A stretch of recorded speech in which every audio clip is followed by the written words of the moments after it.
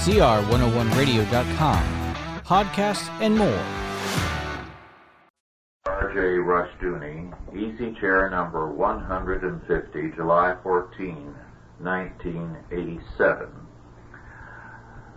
Today we have with us our newest staff member, Gary Mose, who for the past 2 years, partly with Cal Seaton's assistance, has been teaching at a Swedish college. And we are going to talk with Gary and his very lovely wife, Carlinda, about their experience in Sweden and the nature of the society there. But before we do, Otto, July the 14th is an important date in history, one you know a great deal about. Would you like to comment on it? Yes, July 14th is Bastille Day. And when the crowd broke into the great massive prison, they found 8 pensioners because the crown had long ceased to use it as a prison. And all France still celebrates it as a great victory over tyranny. Well, some years ago, Roland Huntford, a very, very perceptive journalist, wrote a book on Sweden after spending a great many years there. The book was entitled The New Totalitarians. Unfortunately, the book is now out of print. The thesis of his book was that while the Soviet Union represented the old totalitarianism based on terror, the new totalitarians in Sweden base theirs on education. They are very faithful and thorough disciples of John Dewey and his whole approach, whereby people are to be re-educated to find their place in society and to accept the will of the elite planners and to feel that it is the blessed state for them. Gary, why don't you lead off and make some observations, whatever you'd like to say about your experience in Sweden. Well, shortly before I left Sweden, I ran across this book that you mentioned, The New Totalitarians. And although I haven't completed reading the book yet, what I have read of it seems to be a very timely and very contemporary description of Sweden as it exists today, even though the book was written some 10 years ago.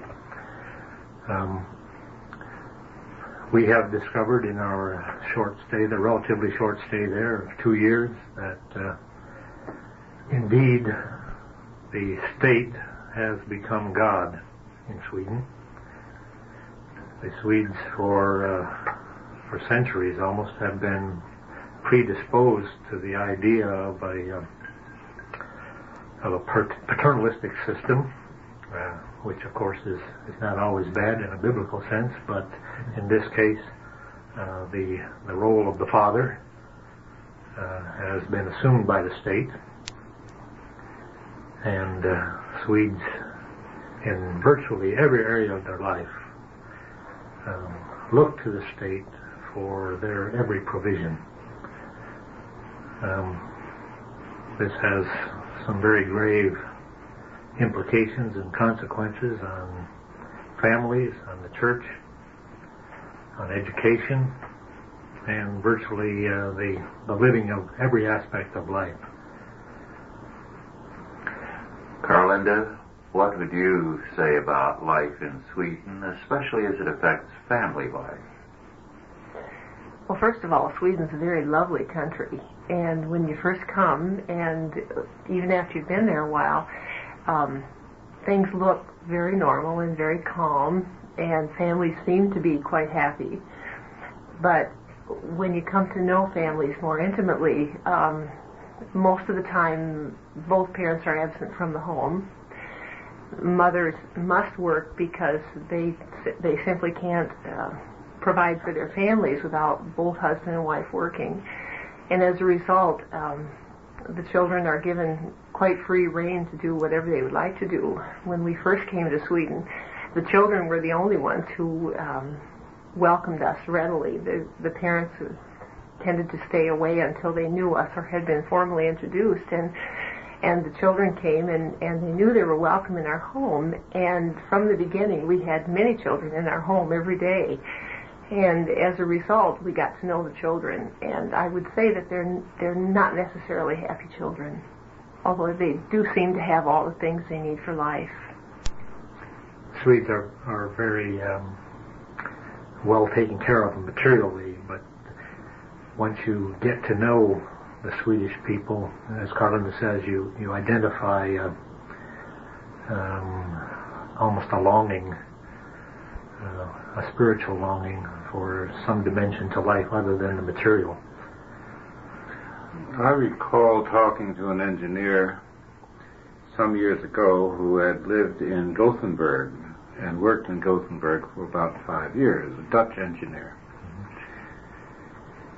And he said, well, it wasn't bad. He said, we all had the same things. He said, we had the same little car, we had the same apartments. He said, we had the same little house in the country. And he said, we had the same kind of furniture and ate the same kind of food and he said it was all the same. And he said it got to be unutterably depressing. Yes, I think we could concur with that. There is a tremendous sameness about virtually everything in Sweden. The things that you listed, homes, cars, to the point that for an outsider, especially for us coming from America, where just in the consumer market there's such a great variety and such an overwhelming number of choices. In Sweden, there is almost a monotony. And in terms of social relationships, this is also the case. There are strong sanctions which are incentives to conformity. And how do they apply them? Well, to dissent in Sweden is one of the worst crimes that anyone can commit. Is social crime? Yes, very to much contradict, so. to take issue? Yes. Not to agree. All right. And they can be very vicious about it. The president of the college where I was working is a well-known dissenter in Sweden, and he has been treated with the utmost disdain. He has been slandered in every way possible, in every medium possible, not only in the mass media, but gossip in communities. And Sweden is really one big community. A lot of the characteristics of a small town apply to the nation as a whole. Dissenters are well known. Their dissent is never forgotten and never forgiven. Is it ever expressed openly? Dissent? Yes. I mean, the idea that you shouldn't dissent, or is it just simply that anyone who does is immediately mistreated? Yes, I think that's more the case. In fact, they might make quite a case of the opposite, that they are an open society that welcomes debate, welcomes diversity, and that's not the case. I recall the first fall that we were there, the teachers, socialist teachers in the community organized all of the school children in the community of about 7,000 people to have a mass demonstration on the day, I think it was the 40th anniversary of the founding of the United Nations, and also happened to coincide with the Soviet Front Organization, World Peace Council's international peace demonstration. On Radio Moscow that evening we heard about how there were supposedly spontaneous demonstrations throughout the world in favor of peace and unity. Anyway, the teachers in the community organized the school children, painted placards and put them in their little hands and marched them through the streets to a park where a number of speeches were given about disarmament and the usual socialist themes. The students, small number of students at the college where I taught, decided, this is on their own initiative, that they wanted to present an alternative message to the community, and so painted some placards to the effect of supporting national defense, peace with strength, and some common themes like that, which in the United States would hardly cause a ripple. But these students were harassed. Carlinda and my children joined with them in holding some placards, simply stood in the background, said nothing, except held the placards, and the police moved in on them. There had been complaints to the police about their presence. Although the police insisted that Sweden was a free country, they said that our students and my family were breaking the law because they had not applied for a permit to demonstrate. Our response was that we were just participating in a community-wide demonstration, simply bringing a different message. That we didn't need a permit any more than any other member of the community did, since a permit had been acquired by the sponsors, and they had invited the entire community to come and join in. Our names were taken, and we are in police records there now, simply for having been there. Although they did not arrest us, complaints were filed. Complaints were filed? Yes, and we were threatened with arrest. Threatened with arrest. What is the tax rate in Sweden? Tax rate, income tax is an average of 55%, and on top of that, there is an across-the-board sales tax of 25%. 25%. That tax, the sales tax, is built into the posted prices of consumer goods in most cases, so that when you go to a boutique or a store, the price will include the tax. It's included in. Yes. So they don't say so much plus tax. Right. How can you buy food there, Carlinda? That was difficult. It was very expensive, and just to feed a family with 4 children was difficult. We would go to the grocery store, and if we came out and had spent 350 crowns, I felt good, and that's about $60. Oh, my. And that was a short stop. That was a short stop. That was a short stop. A loaf of bread, the regular price was about 21 crowns, which is about $3.50 at the exchange rate. And everything was expensive, much more expensive than here. Rather difficult to feed a family then. What was the quality of the food? Meats, for example. Meats. Sweden has a possibility of having good meats because they raise a lot of their own products, of course. I think the quality was fine. Well, the by quantity American was standards, not. I would say that the beef was not as tender, and it was pure. The chickens were. We always laughed about the chickens. A whole chicken resembled what we would consider a piece of chicken. Oh, really? A tiny chicken? Very tiny, very scrawny, and tough. We were told that chickens were for laying eggs, and when they were finished with that task, then they were eaten. Oh, they were elderly chickens. Going back to the dissent business, that's a universal to a great extent. We pay an awful lot of lip service to our freedom of speech, but conservatives and Christians know that we don't have the same freedom of speech that the liberal left has in the United States. But it isn't a community-wide thing. It's more of a media, governmental thing versus the community. And I think that's a significant difference, because over there, it's apparently the whole community shares in this loathing of any contradiction. They contradict privately. Oh, they do? Yes. And they're willing to speak to you privately, but never for the community to see. I see. Exactly. So they probably think you're stupid if you do it publicly. Right. I think that we came to be well liked in the town because we made an effort to be friendly. But there were people who in the beginning stayed away from us simply because of who we were and who we were associated with. You're associated with a local pariah. Right. I'd like to read something from Huntford's New Totalitarians. He quotes Aldous Huxley, and I quote, "There is, of course, no reason why the new totalitarianism should resemble the old. Government by firing squads is not merely inhuman. It is demonstrably inefficient, and in an age of advanced technology, inefficiency is a sin against the Holy Ghost.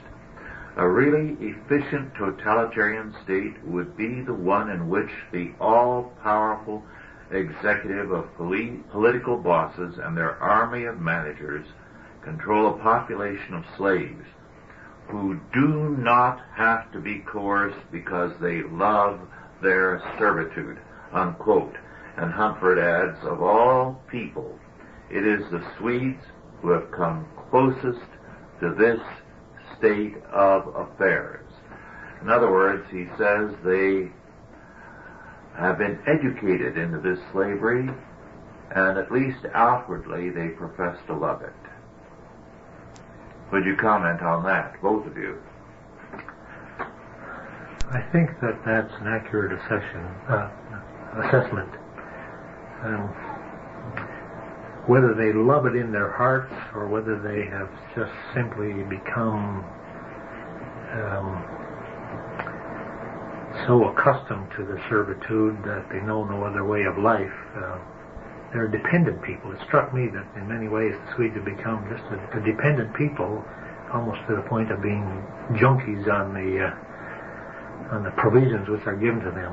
Sweden is well known for its cradle to the grave provision of the basic needs of mankind. That's not an entirely accurate but they look stereotype. So good. They're tall and husky looking. And, yeah. But as I say, they've become dependent people, almost afraid to get off of this dependency. And it's kind of a vicious circle. We talked about the tax rate there. Everyone complains about the tax rate, but they are unwilling to take the steps necessary to reduce that tax rate. Is it all withheld? Reducing the public bureaucracy, yes. It's withheld because I can't imagine anybody setting aside 55% of their income to pay at the end of the year. Right, except, of course, for the sales tax, which they don't like to talk about as even being a tax, but it is. It's 1/4 of everything that you spend your money on in terms of consumer purchases goes to taxes. But they hate these taxes. Everyone complains about them, and they, in order to recoup what they're putting out in taxes, go for and take and connive and scheme for every way possible to get a government benefit.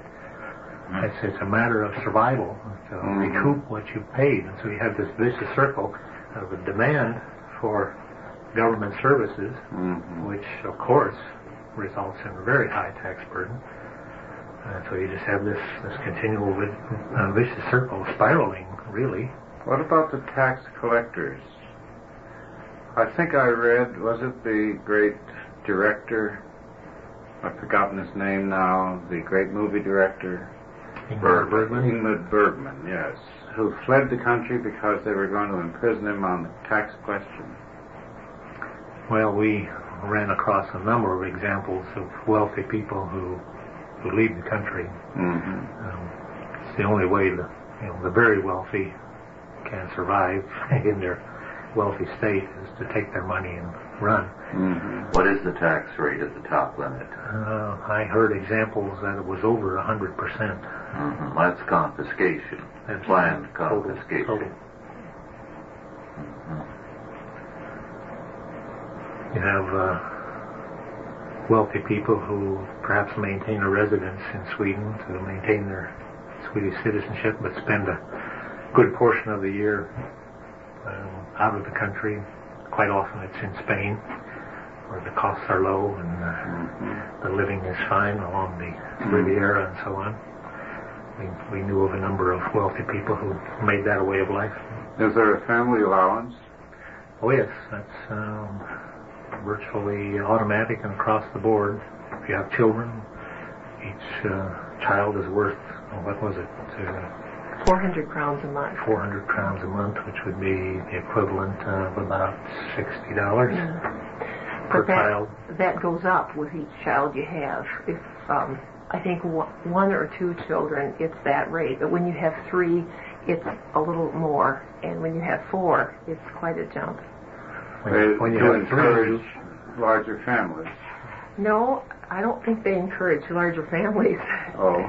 No, I'm not sure why they give you more money. I really don't know. And the birth rate is low there. Yep. Mm-hmm. Abortion is a big factor in family planning. And it amazed us that it's not questioned by the churches. This is the Lutheran Church? All the churches. All the churches. All the churches. Mm-hmm. Do they have a state church in Sweden? They do. Yes. Mm-hmm. And they tax for the church, the state church. Tax for the church, and the church boards are elected in a regular civil election. The political parties, including the Communist and the Social Democratic Party, run candidates and campaign for their candidates for communist clergymen. Yes, for the church boards, not the clergymen, but for the church governing boards in communities. And is abortion paid for by the state? Yes. Mm-hmm. Medicine, is there any private medicine? Yes, there is some, although very few.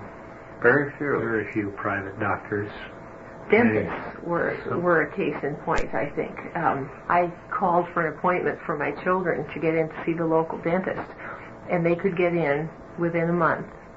And I said, could I get in at the same time? And they said, no, you'll have to wait 2 years. 2 years? 2 years.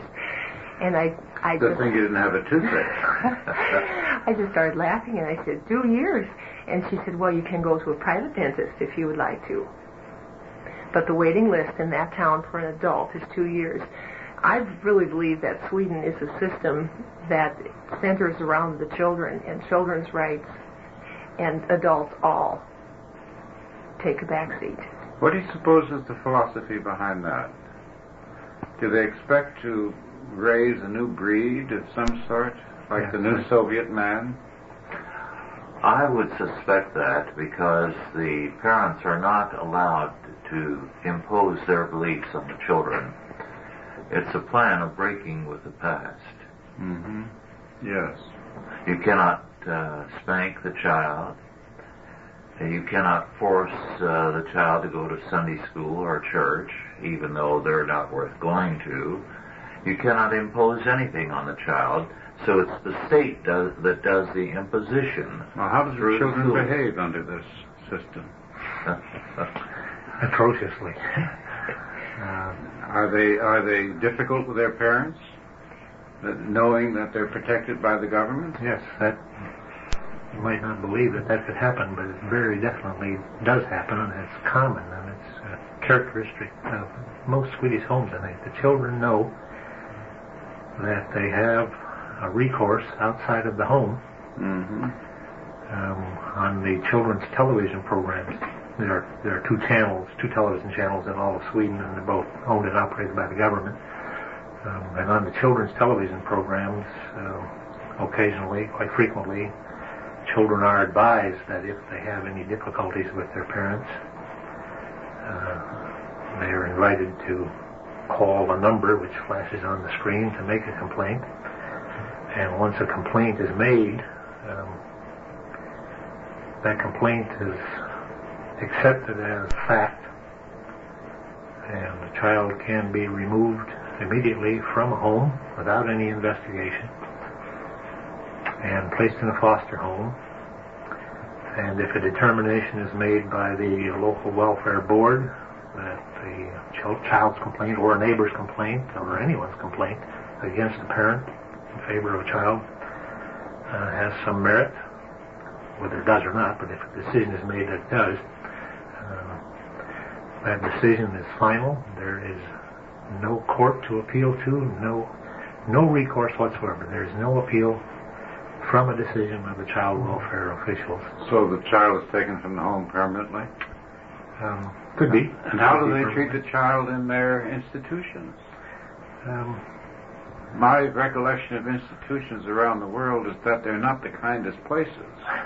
Well, Swedes have moved away from institutions to a large extent. In most cases, children are placed in foster homes. Foster homes, yeah. And of course, foster homes are approved and licensed. That means, generally speaking, the philosophy of the foster home is one which is acceptable to the social democratic authority.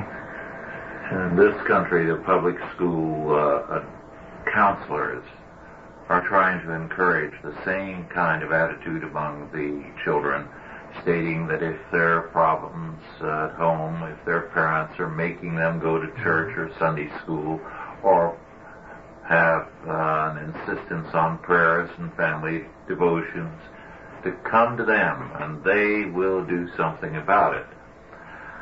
However, it's not as bad as in Sweden. Well, and the potential is there. I think in many states here in the United States, virtually the same legal structure exists. I recall as a journalist covering the legislature in Montana when the child abuse laws were vastly broadened to the point where they were almost identical to what we witnessed in Sweden.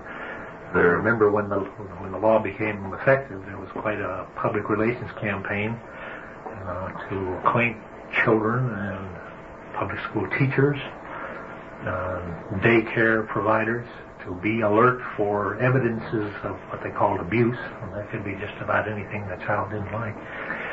I know make a complaint, and the complaint would be investigated. I know one instance in this country in which junior high boy, after getting that kind of talk from counselors, threatened his mother that he would report her for her disciplining, and she said, "Good, you do that, and it'll be the last thing you ever do." He believed her. Children will take advantage of this, believe me. Yes. We feel that our children are fairly well disciplined and understand parental authority, and we've always tried to implement biblical principles in our home in terms of discipline, but I don't think we were in Sweden a week. Children being aware of the laws there, when we attempted to discipline them, immediately cited this law, reminded us that they could not be spanked. So, children are aware of this. How did you bring them into line? With great difficulty, apparently. We said, not in this house. People would ask us if we weren't afraid of that law, and we said no. Because we, first of all, are accountable to God. And should that ever be an issue, we could leave this country. The Swedish Christian parents cannot do that. And believe me, there are Swedish Christian parents who live in mortal fear of losing their children almost any day. We have children like that would be worth losing. We have close Christian friends there who have a foster child in their home also, and the mother told me that she spanked the children until they were to the age that they said, "You can't do that anymore." And she said, "You have no idea how it feels to a mother to know that any day I could lose my children." So she said, "I stopped spanking my children at a certain age." I'd like to call attention now to a well-known fact, namely the anti-Americanism of Sweden. And Sweden has been very, very prone to criticizing us in our treatment of minorities. However, as Huntford in his book, The New Totalitarian, said, and I quote, "The treatment of the Swedish Lapps compares unfavorably in many ways with that of the American Indians. At least the New World settlers openly stole, cheated, and conquered. But the Swedes in the 16th century promised the Lapps possession of their land for eternity in the words of a royal charter. Nevertheless, the Swedes dispossessed the Lapps, and when iron was discovered in northern Lapland, paid no compensation. Later on, money was made available in modest amounts, but administered by Swedish authorities at their discretion alone as charity. The United States government is now paying mineral royalties to the surviving Indians. The Swedes have yet to make comparable amends," unquote. Of course, they're very harsh in our, with regard to our treatment of the blacks, and are as given to mythologies about us as our press is to South Africa. Carlinda, I believe you were telling me the other day about the response to the Bill Cosby show in Europe and in Sweden. Could you comment on that? Well, we always had to chuckle a little bit because everyone there loves the Cosby show as much as the people do here. But they were, many of them were just a little bit surprised that there could be such a portrayal of a productive, wealthy American black family. And I'm not sure they really believed that that could be possible in our country. That program stands in stark contrast to the typical documentary on life in the United States, which dwells on the plight of the slum dweller, particularly the black, and in many cases the Indians. There's just an assumption that Indians are all downtrodden and dispossessed, and that the blacks are downtrodden drug addicts who can't survive, live in the streets. So it came as quite a surprise to see quite a different portrayal in an entertainment program of a wealthy, happy American black family on the Cosby Show. And oddly enough, that program has become the #1 program in Sweden. That's great. How did they treat you individually as Americans in Sweden? Did they express any of these prejudices to you? Force you to defend the country, that sort of thing? Well, Sweden, when we say Sweden was anti-American, I think we should clarify that it really isn't Sweden that's anti-American. It's the social democratic establishment. It's the socialists who are anti-American. And the media.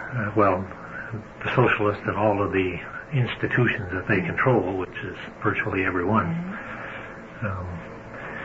We found that the average Swedish person, particularly when they got to know us, or once they got to know us, and that's difficult to break through that stereotype Swedish reserve, but once you do, you find a very warm person, and we were treated very kindly, and we established some very close ties, probably some of the closest ties that we've ever had in our lives among Swedish Christian people.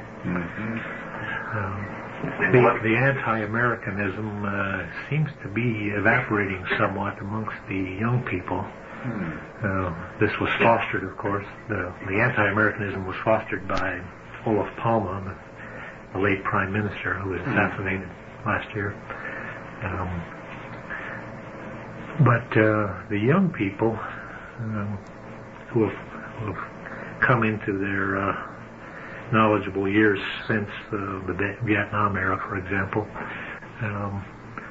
almost idolize America. And we noticed one curious thing: the big status symbol for a teenager or a young person in Sweden is to own an old American car. They will hunt them down anywhere they can find them, pay a premium for them. They're all in mint condition. And strangely enough, they often fly American flags on these old American cars as they drive down the streets. Well, that's sort of a defiance of the establishment, isn't it? I think that could be it. There's as we look at many European things with a sort of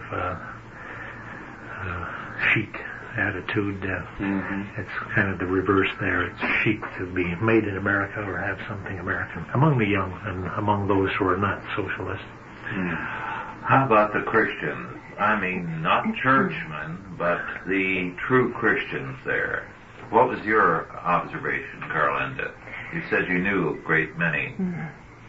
We really came to love them. I believe that they are some of the most praying people I have ever met in my life. They understand, most of them, the praying people, understand what's wrong with their country, and they understand what can fix it. And that's only God. And they are not going to look to the churches because the churches have turned away from them. In fact, call them para-church if they meet for a Bible study privately, or if they're involved with anyone who is not, who the church doesn't agree with, or who the church wouldn't support. But these people pray, and they pray daily, believing that God will heal their land. And we have come to love them and respect them so much, and they've taught us so much about praying when the odds are against you. The comprehensive group mentality applies also to the established church in Sweden. As Carlinda said, anyone who operates in the spiritual realm without the direct approval and sanction of an established church is labeled a subversive. Subversive? Yes. Because we were new in the country and were having difficulty learning the difficult Swedish language and trying to maintain some spiritual fellowship, we asked an evangelist or missionary friend of ours, an elderly missionary who has spent 50 years on foreign missions working on his own. And he happened to live on our street. We asked him if he would lead an English language Bible study. And as it turned out, a number of our Christian friends thought this was a good idea and would like to join with us just for the sake of practicing their English and also giving us the spiritual support that we needed. And so we began a Bible study, just an ordinary Bible study like many Christians have around the world, in a private home. And after a few weeks we started to hear rumors and then some pretty solid feedback that this small group of believers, true believers, worshiping together in this home, just studying the Bible, praising God, praying together for personal needs and the needs of the world and the nation, were in fact being considered troublemakers in the community. The local Pentecostal church, which is the most evangelical of the churches in Sweden, the pastor there actually warned the congregation about this group, about joining with the group. We were quickly labeled as troublemakers again, simply for worshiping God together. Well, we've had people arrested and put in jail for having Bible classes in their homes in the United States because they violated the zoning regulations in Denver and in various other cities. Los Angeles. Yes. Eastern cities. Well, I guess that's what it's coming to. Interestingly enough, in the midst of persecution in that direction, I see the church worldwide moving in the direction of these small private groups meeting in homes. The house churches around the world are becoming the effective mode of worship and of change, spiritual change. Well, yes, having lost the clergy, the people are pulling together with each other. The fact that you were Dutch, did that help or hinder? In other words, you were not only Americans there, you also had a Netherlands background. I don't know if many people knew what our national background was. We were asked a few times, and Carlinda is blonde and tall and looks very much the Swede. Yeah. I think everyone, since we were there in Sweden, must have assumed that we had some Swedish kinship of some kind. So, well, when they found out I was from Minnesota, then they all knew I had to be Swedish.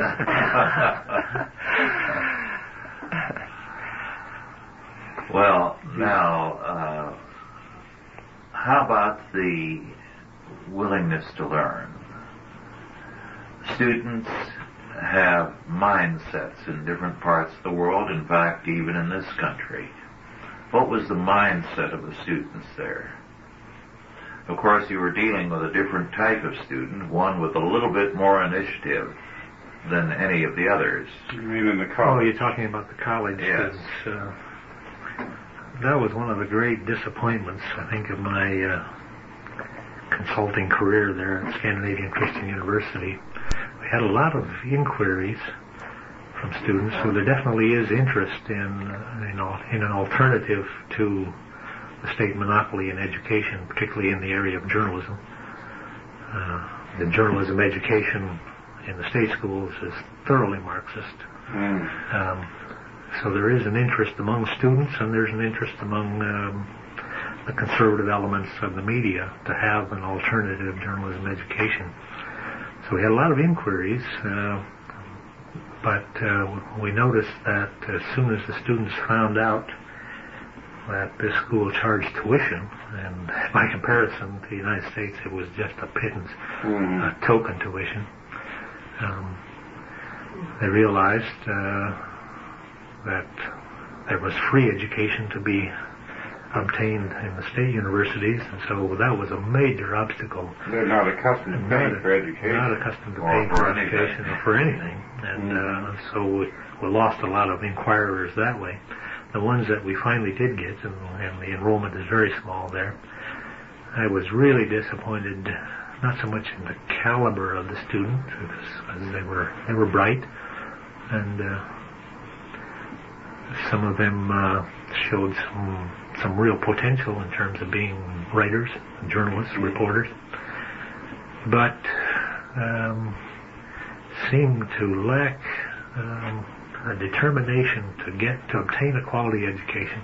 They would come to class for a while and then decide it was too much work. Oh, really? Would drop out. Did they argue? No, not so much. They would. Did they get up? Listen to the lectures. Did they get up and say, "This isn't what I've been told all my life"? Things like that. And yes, that was mentioned. That didn't particularly upset them. So they came to the school knowing that it was definitely an alternative and that it represented an alternative point of view. But as I say, the big disappointment was there just seemed to be a lack of incentive to study and to stick with. They didn't. Did they turn in papers? Did they perform? That was one of the real difficulties. They wouldn't turn in the papers? Wouldn't turn in papers. Well, we're having that here. My daughter tells me that of her classes, she's finished now, but most of the time they didn't do the projects. Most of the class didn't do the project. That's a real problem. Just couldn't do it. What was the attitude generally, students, community, people, towards the Soviet Union? Well, it's generally, at least in the public face, it's positive. There's a almost what I identified as a desire to believe the Soviets. It was you felt an undercurrent that they knew they were being lied to, and the Soviets would speak to them, or would speak to the world at large. Well, it's like our disarmament editorials, isn't it? Yes. Yeah. I mean, there's a great desire here to think that everything will be all right. That's it. And I came to see it almost as the mentality that, if we're nice to the Soviets, maybe they won't bother us. Well, sure. They will go away. If we don't put up SDI, then they won't get angry. The more you tell me about Sweden, the more it seems to me that the whole West is in the same situation. Oh, yeah, it's very much. Sweden It goes beyond the West. Yeah. The whole world today has a common culture. Some are further into it than others. Sweden is probably just in the vanguard of a worldwide movement. Yes. And I Well, think it's a little bit more exaggerated there. Yeah. I mean, they're... Well, it had an early start. Yes, The socialist mentality existed almost before, it really did exist even before socialism became established in the Soviet Union. Oh, yes. I mean, we had Ibsen and all that stuff was popular in the 90s, wasn't it? There was a collective mentality in Sweden way back into the Middle Ages. When Marxism became a factor in the world, the ground was really prepared for it already in Sweden, and there was just a simple acceptance of it. The Social Democrats politically just moved into a fertile field that was already prepared for them. Well, here in the United States, Wisconsin and Minnesota have always been very socialistic. Yep.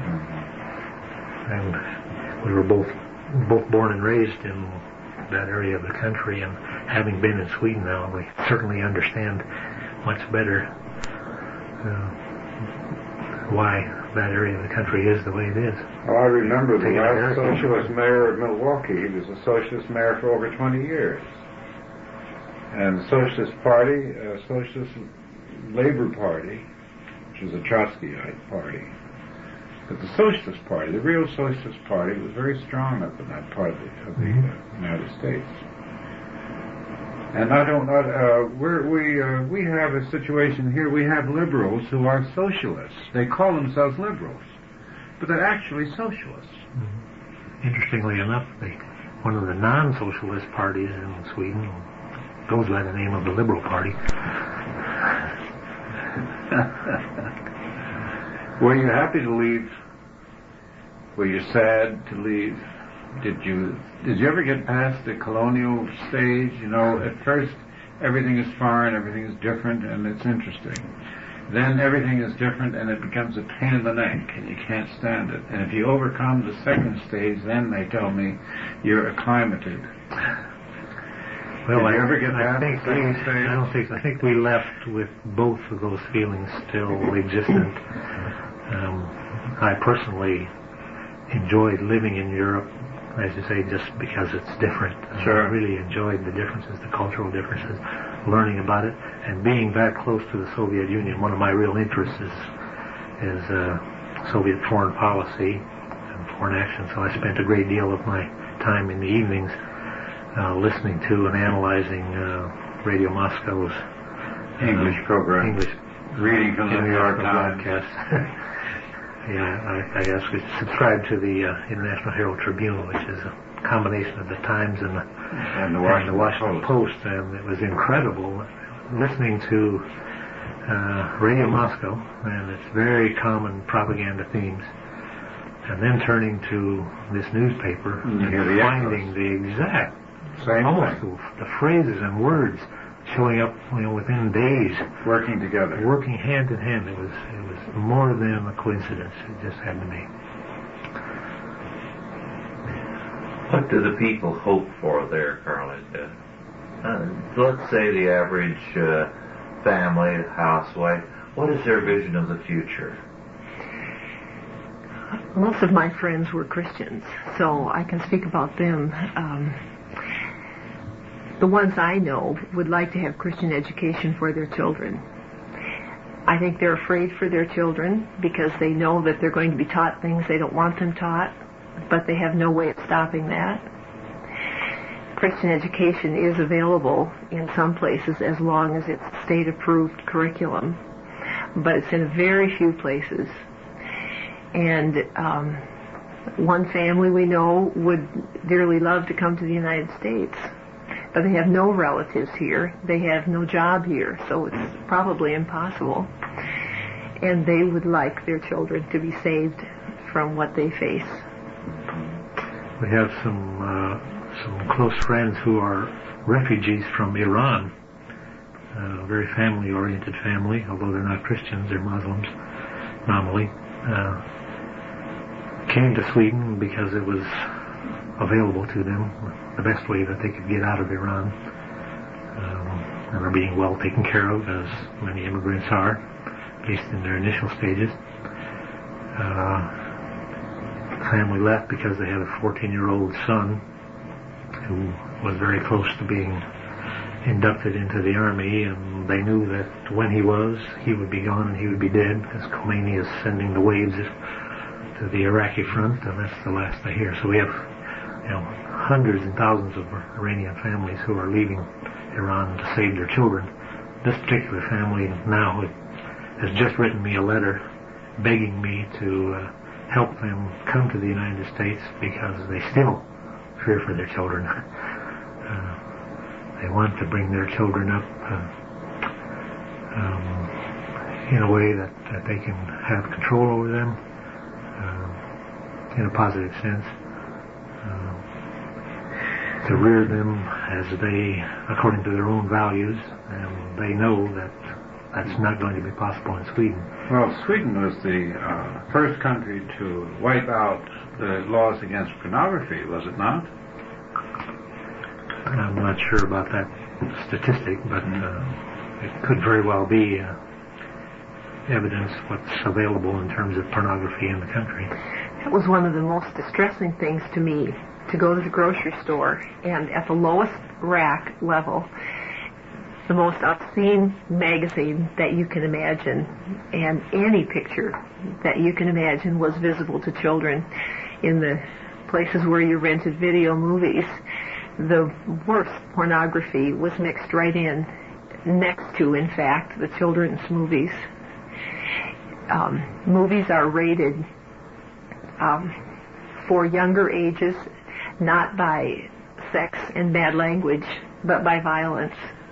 The Three Musketeers was an R-rated movie, or a movie rated for older children because there was sword fighting.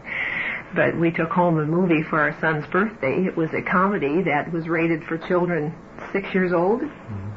Had the most foul language you can imagine. You got to watch very carefully when you're watching television. Movies are always run uncut.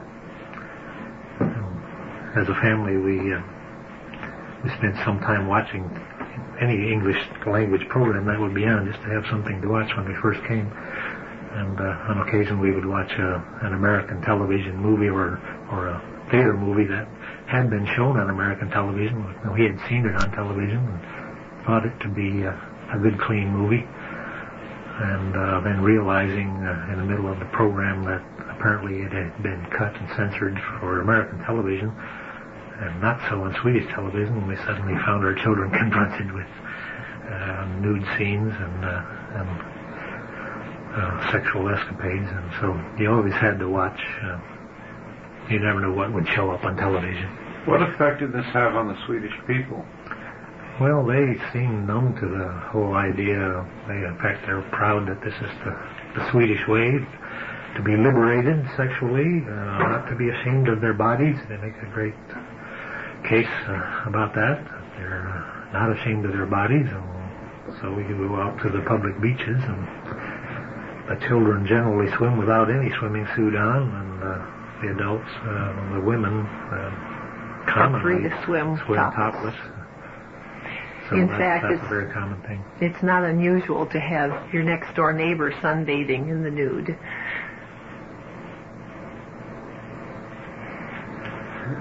Well, you can see why, with that kind of thing prevalent there is a hostility towards Christians and Christian standards. It's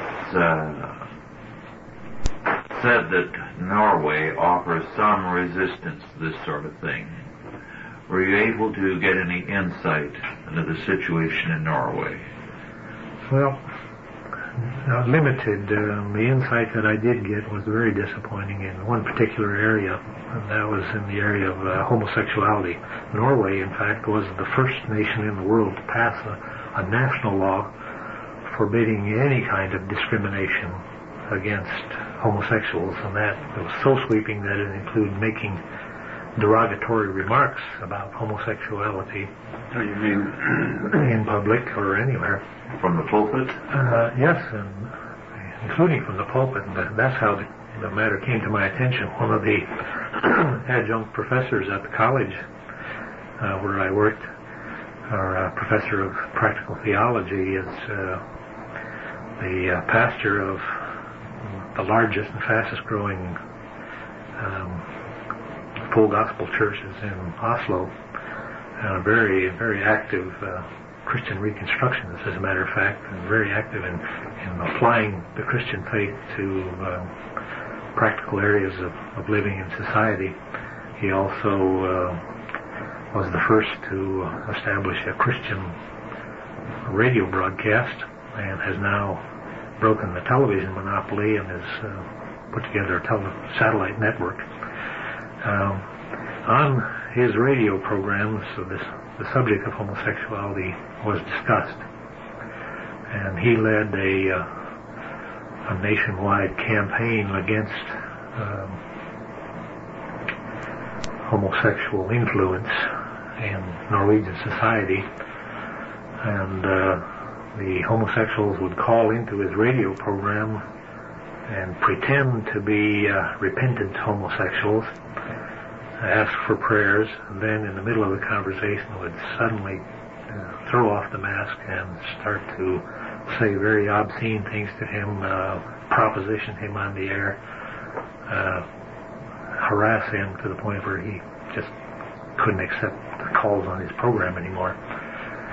On one of his programs, he prayed a prayer, and the prayer was that God would bring an end to the influence of homosexuals in Norway.